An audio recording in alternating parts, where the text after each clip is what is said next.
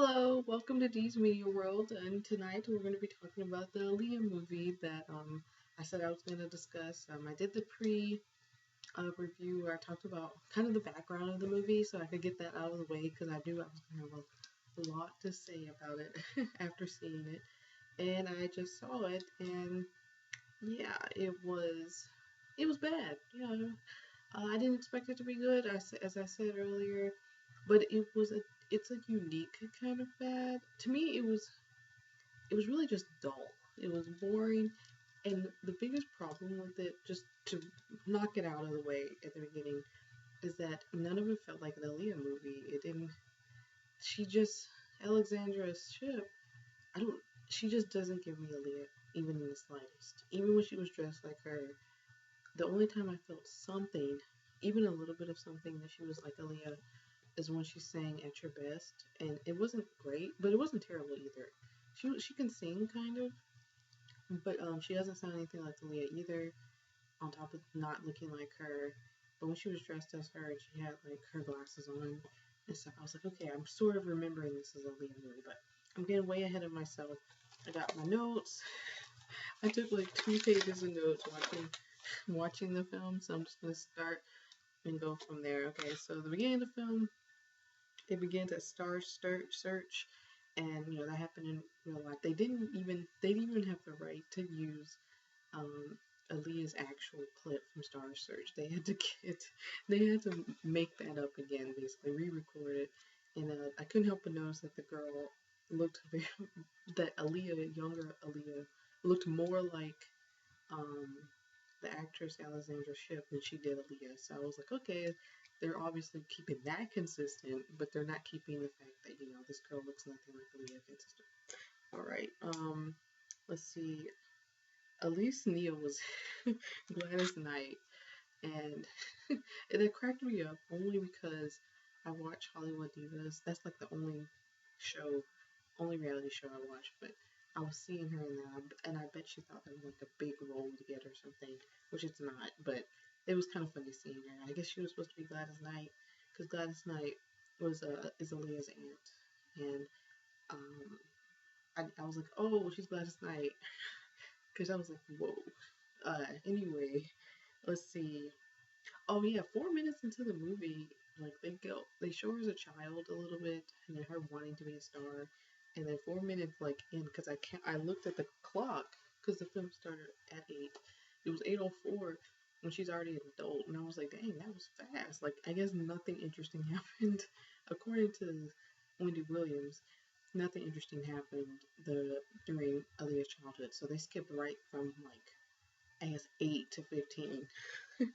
And so she sings when she's grown up. She's at like a school function, a school talent show, I guess, and she sings "My Prerogative," and it was okay.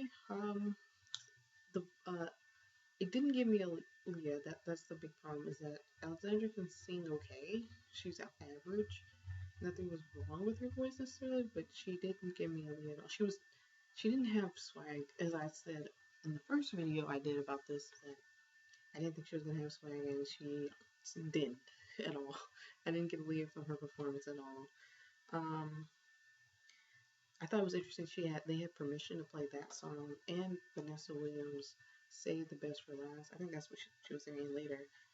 They had permission to sing those two songs, but they couldn't get permission to sing any Aaliyah songs. That's kind of embarrassing, actually. Um, the guy who plays R. Kelly, I'm not even gonna look up the actor's name because I don't feel like it, and I don't think it's important because we probably will never see him again. He looks nothing like R. Kelly. In fact, my mom so I said that's R. Kelly's hair because she didn't watch the movie, but when she came to, she was like, "Really? Like he looks nothing like him." I don't know what they were thinking. Like I haven't even gotten to the other people who were supposed to be in the movie, like Timberland and Missy Elliott, but they too. That was the worst. This is like one of the worst casting I've ever seen in a film, and Lifetime movies aren't known for their casting of great films, but this was one of the worst because nobody looks like anybody. Nobody sounds like anybody. Nobody acts like any of them. Like I don't know what. criteria they're going on when they were hiring actors and actresses. I really don't have a clue. Anyway, let's see. Oh yeah, I can help but notice that.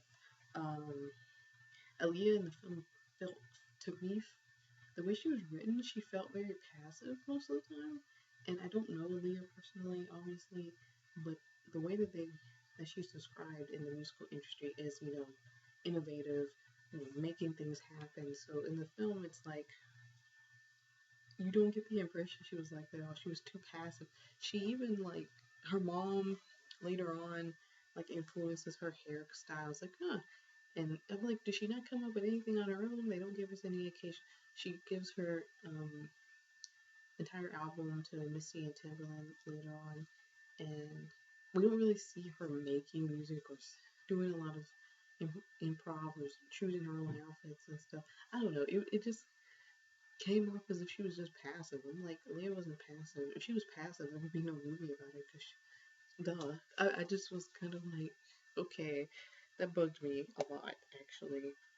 Um, R. Kelly and Aaliyah's relationship. So it turns out the whole movie isn't actually about R. Kelly and Aaliyah's relationship. Thank goodness, because I was like, I don't know if they can stretch that out for an hour, 2 hours, right? 8 to 10 o'clock, 2 hour movie. When even now, when I was watching the show that came right on after the movie Beyond the Spot, what's it called? Beyond the Spotlight. I forgot to write it down. Beyond the Headlines. It was called Beyond the Headlines, and it was basically saying, talking about Aaliyah's car crash. My bad. Aaliyah's car crash. I mean, plane crash. Sorry, Aaliyah's plane crash and everything. And it was saying that that even now they're not sure if Aaliyah and R. Kelly actually got married or if they were actually in a relationship, which I was confused about because I'm like, but they had a marriage certificate, even though she forged it clearly because she wasn't 18. So what's the question there? But anyway, the whole movie is not about them, thank God. I didn't really buy that they were talking about them. I didn't know how I felt about this because at the same time he was like 27, she was 15. So when I was seeing this like romance, I was like, I don't know if I buy this, and I'm glad I didn't know how I felt about it because I'm like, I don't want to actually see them together.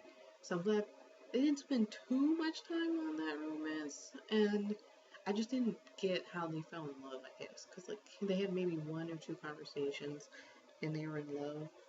I wrote down that the guy who played R. Kelly wasn't that bad an actor. He just didn't look like R. Kelly at all. And I was like, okay, he could probably get something good after this. I mean, he's not great, but he was okay. I mean, uh, when she changed clothes, she's trying to figure out something to wear, in, before something. She was doing something, and, she doesn't want to wear a dress, and she wants to wear, like, her baggy clothes or something. She had a little bit of personality. She had a little bit. The actress, my biggest complaint about her, and I said that in the other video, was that in Drumline she had like no real personality or anything. Like something about her just doesn't give you that oomph. And I don't know what these producers are seeing in her that makes her think she has so much personality, but she doesn't, and she still doesn't in this film.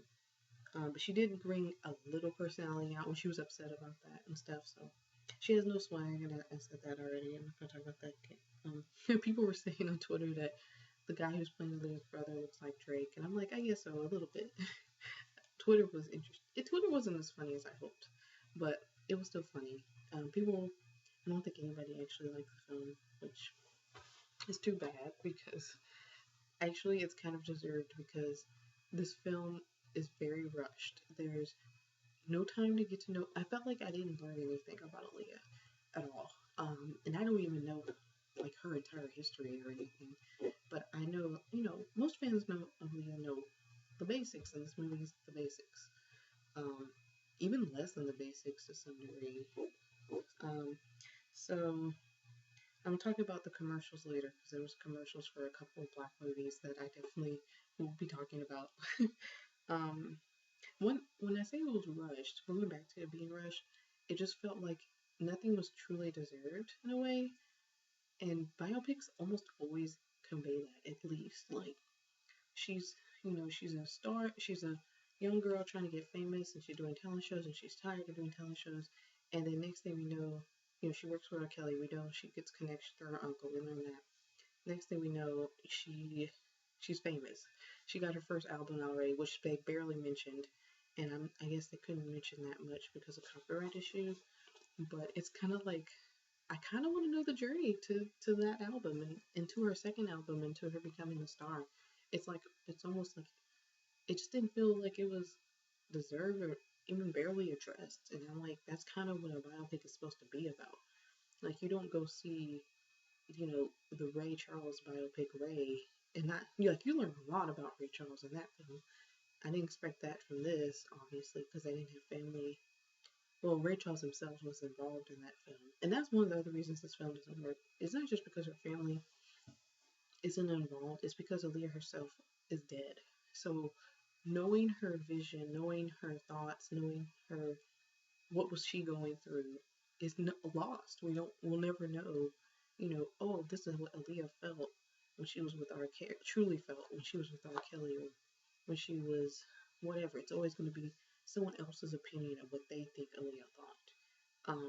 And that's kind of why the TLC movie, which isn't a masterpiece, it's probably not even the best biopic, but it's pretty good.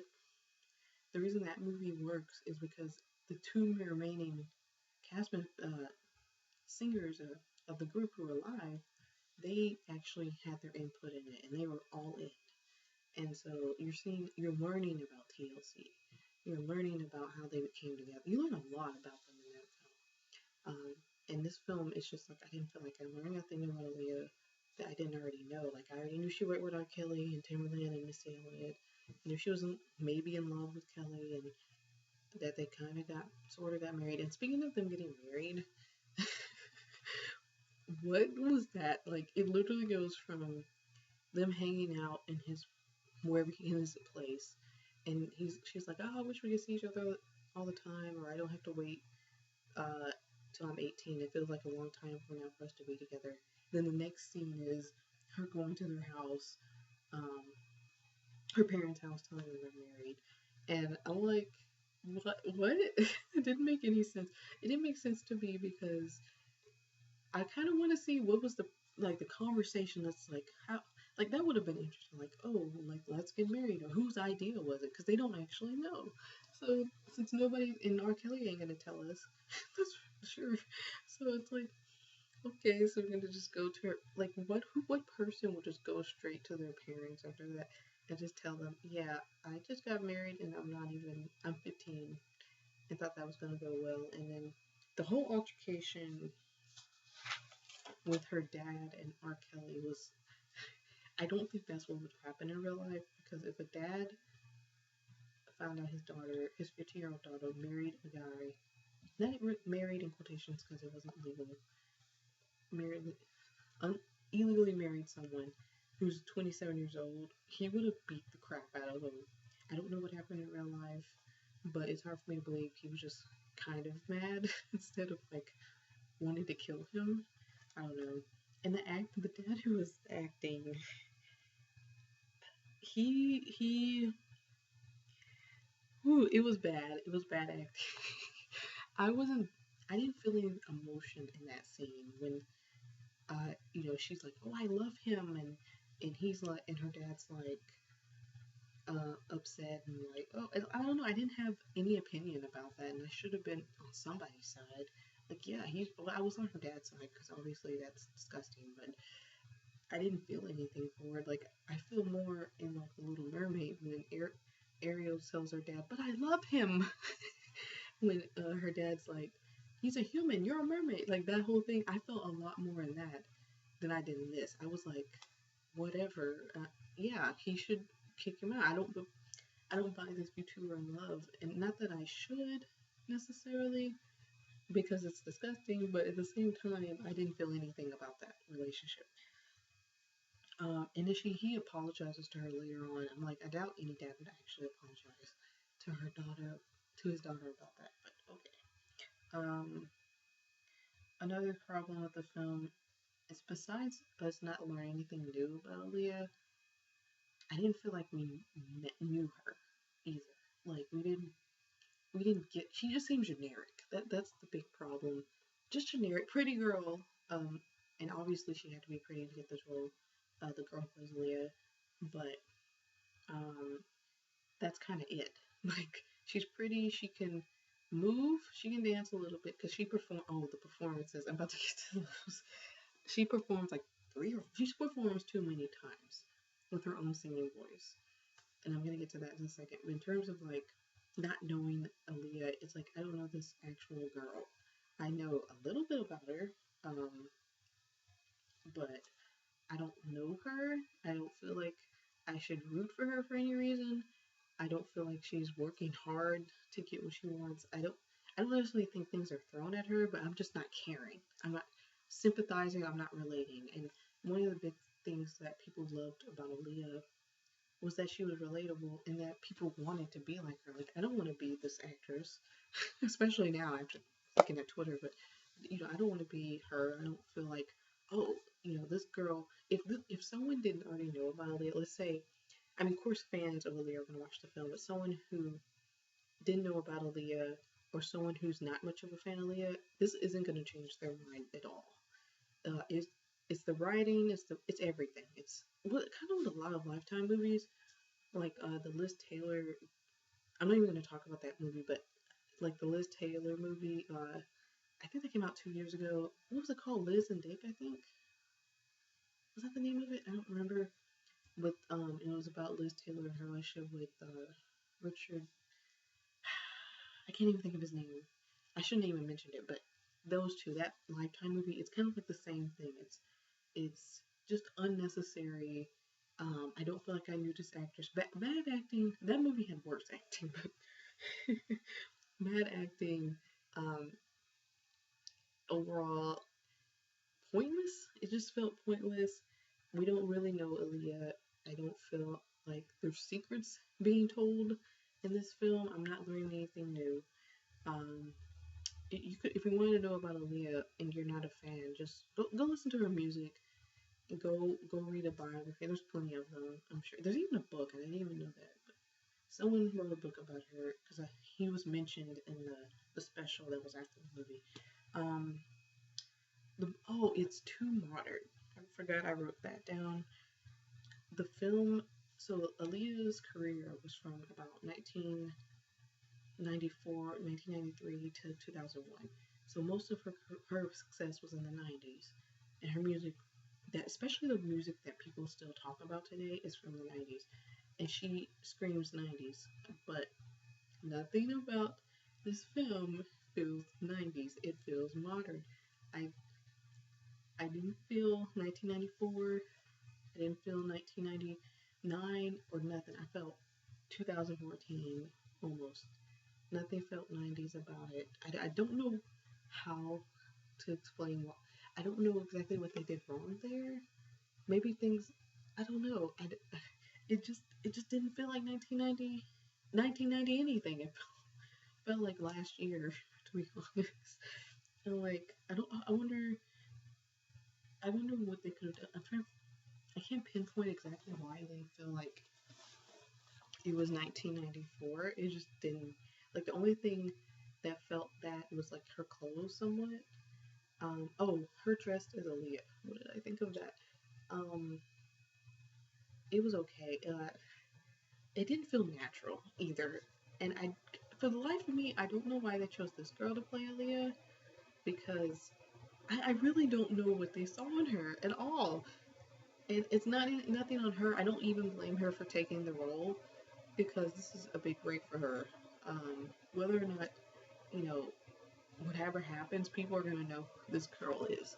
But I just, she even looked kind of not right in those clothes, especially the early '90s clothes with the really street way that Aaliyah when when um when Alexandra Shipp, the girl who plays Aaliyah, when she was dressed in the like early 2000s Aaliyah, okay, I could buy that. Like I could see her wearing that. Nah, her the actual actress. But when she was dressed in 1994 Aaliyah, I was just like, No, you almost look uncomfortable. Um, yeah, Tim, I think Timberland and Missy Elliott.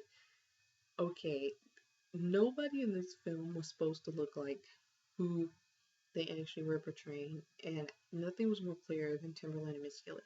The girl who plays Missy she's not Missy Elliott was thick or fat, however you want to say it. Not even she was fat. Okay, nothing wrong with that, but she was fat in that time period and darker skinned, and they got a barely bulky light skinned girl who looked who too also looked uncomfortable in her clothes play Missy Elliott. And I'm like, she looks nothing like Missy Elliott.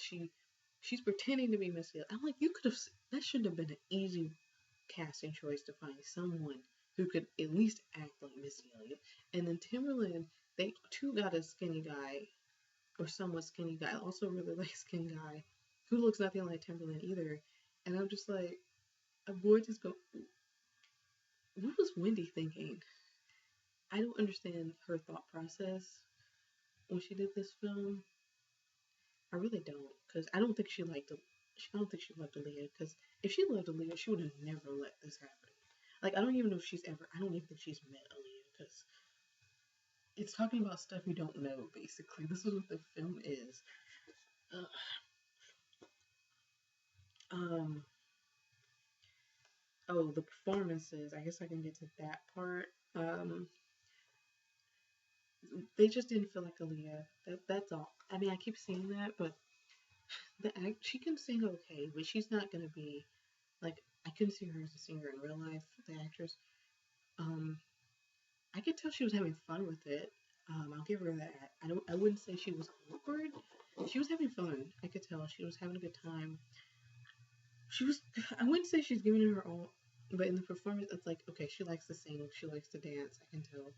Um, she she's not the best singer. She doesn't give us the Aaliyah vibe, but I can tell she was having fun with it, and I'll give her credit because she needs to have fun with it.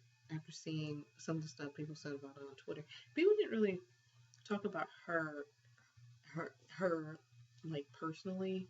They're just saying this movie in general. It's just all over the place. It's not just one thing. It's everything that's wrong with the film. Like a lot of bad Lifetime movies, it's almost everything that's wrong with it. It's the the acting, the writing. Speaking of the writing, why did they always have? I don't know. I doubt Lilia did this. I don't know, but they have her saying random quotes throughout the film because they're trying to make her seem deep. I guess. Um, like any conversation she has to quote. Like when she's talking to Damon Dash towards the end of the film, it's like, oh, so she says something. I'm not even gonna remember. I was just rolling my eyes because I'm like, give me a break. No one talks like that in real life. Um, her mother, her mother was in the girl playing Aaliyah's mother, woman I mean, playing Aaliyah's mom, Aaliyah's mom, was in the film a lot, and the reason I'm even commenting on it is because her real life mother and her whole family was not supporting the film, but they sure as heck have this actress playing her mom in it a lot, like encouraging Aaliyah and stuff. And that's good and all, but I just find it kind of ironic because the family's not supporting this film at all, but you have, her mother in the film supporting her a lot. I don't know. It didn't sit too right with me. I mean, her mom was supportive and stuff. Um, her look, another thing about her look, I forgot, is that I think they're implying that Leah's mom kind of encouraged her to do the hair situation that kind of Aaliyah's famous for. And but they have her do that, but she actually doesn't even really want hair like that in the film.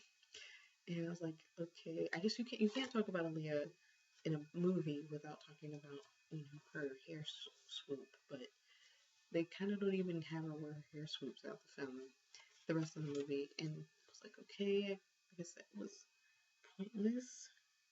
Time in terms of time, it didn't feel.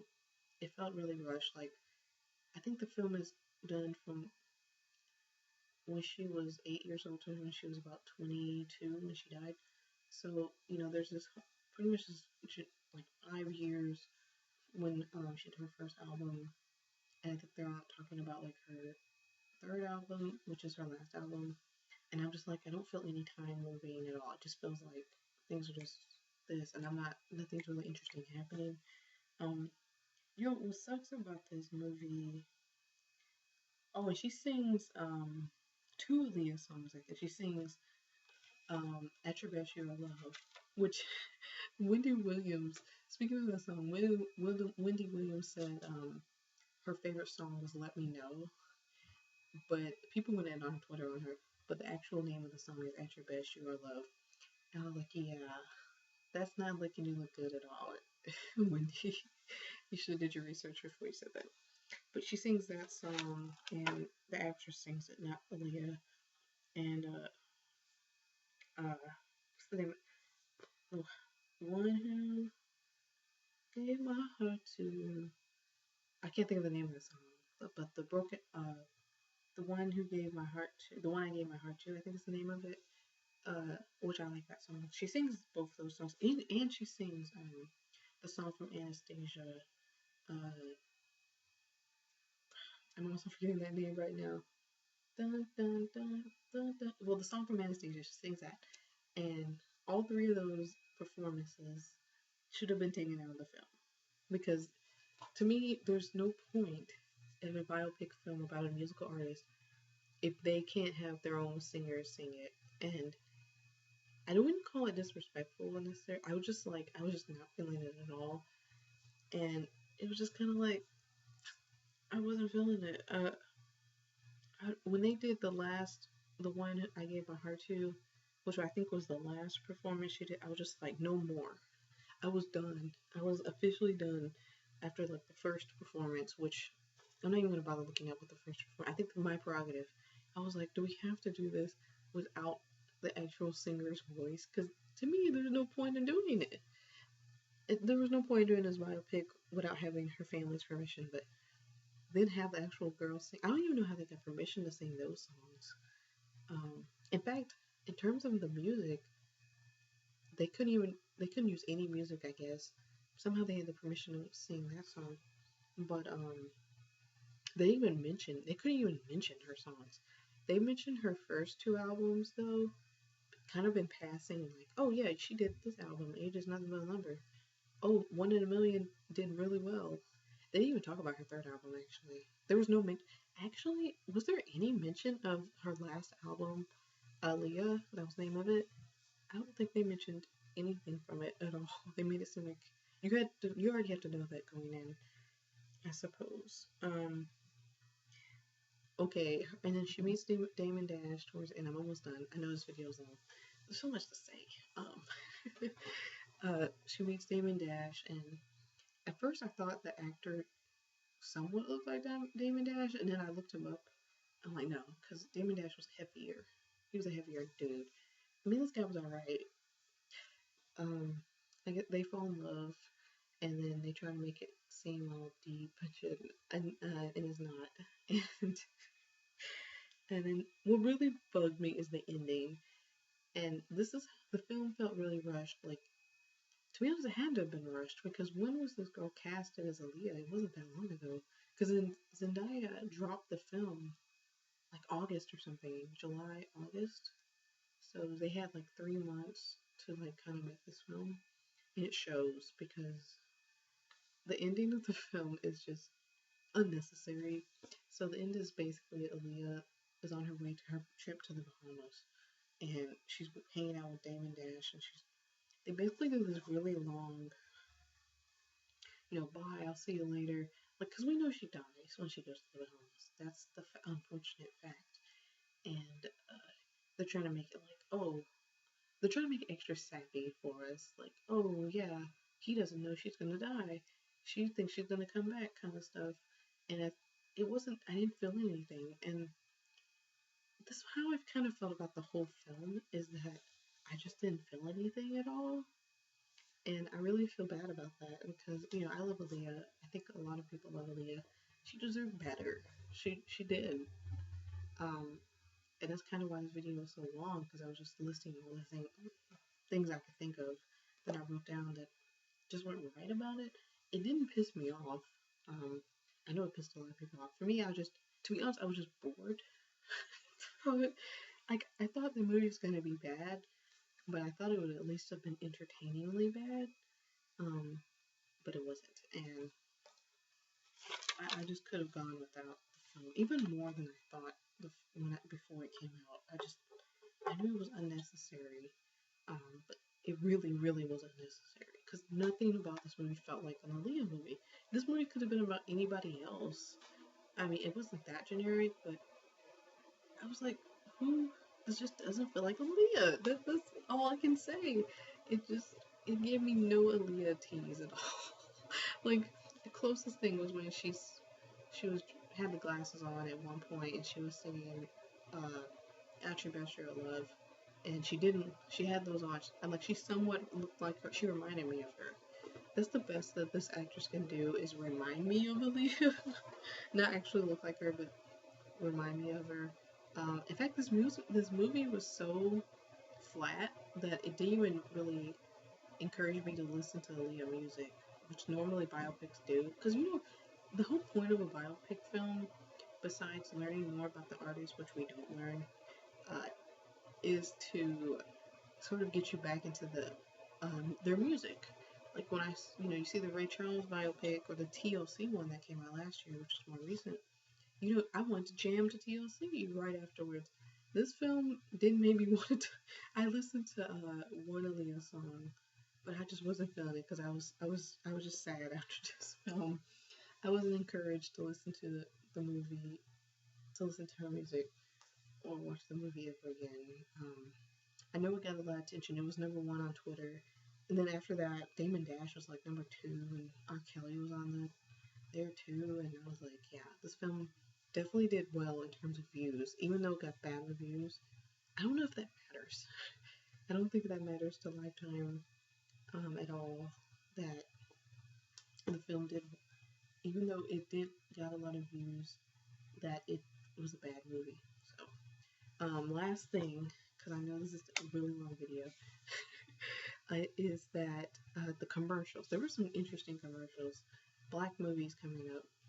The first one I saw was Chris Rock is having a movie coming out called Top 5, and it was bad. It had something. It didn't tell me much, but I'm supposed to believe in this movie that Chris Rock is going to marry Gabrielle Union, and it's not that Chris Rock's going to try.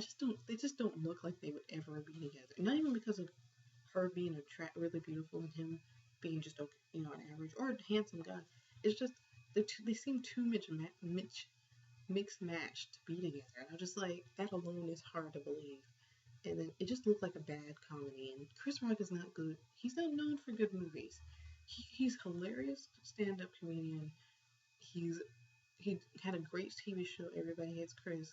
But for some reason, he just bombs when it comes to movies, and I don't know why. You would think it would be easier to do movies than a TV show, but it's not. Second thing was the Whitney biopic, which I totally forgot about. I saw the commercial for it twice, and the first time I saw it, I was like, oh yeah, they are doing that movie. And it was announced, I think, before the Aaliyah movie. I think they've had more time to do this movie than they did the Aaliyah movie, because they recasted the girl as Aaliyah like 3 or 4 months ago, and the Whitney biopic was known for a little while. And I think Yaya DaCosta is still doing it, so it looked interesting. But one thing I noticed is that um, it sounded like Whitney Houston's own voice won't be singing, and that's even worse than Aaliyah not singing, because Aaliyah's not known for her voice, but Whitney Houston is. So to have a Whitney Houston biopic and not have Whitney Houston's own music playing is a crime. And I don't know how I'm going to get through that movie either. I'm going to have to review that one too, obviously, when that comes out. I saw the commercial for the MLK movie called Summer, I believe is the name, and that looked really good. Had Cuba Gooding Jr., Oprah's in it. Those are the two actors and actress that I recognized. and it looked really interesting. I don't know if it's coming in theaters. It looks like it'll be on Lifetime. It looked really good, so I'm interested in when that comes out in January. And the last thing was Evoke Christmas, and I have heard absolutely nothing about this, and I'm an Evoke fan, so I will definitely be watching that. That actually comes out next Saturday night at like 8 o'clock, so I'll be definitely watching that. It's not even Thanksgiving yet, and they're doing a Christmas special this early. Okay, I have no idea what it's about, but actually, In Vogue is actually in it. At first, I thought it was a biopic for them because the way they made it seem, I'm like, oh, okay. Because Terry Ellis, who's one of my favorite singers and is a member, um, she's, I saw her face and I was like, oh, okay, she's actually in the movie. It's not about In Vogue; they're actually in the film. So, okay, so I guess that's it. Overall, the Aaliyah film, it was just unnecessary. It was bad for me because it was just dull. It gave me no Aaliyah vibe at all. It could have been fun. It could have been interesting. Oh, and I forgot to talk about the ending.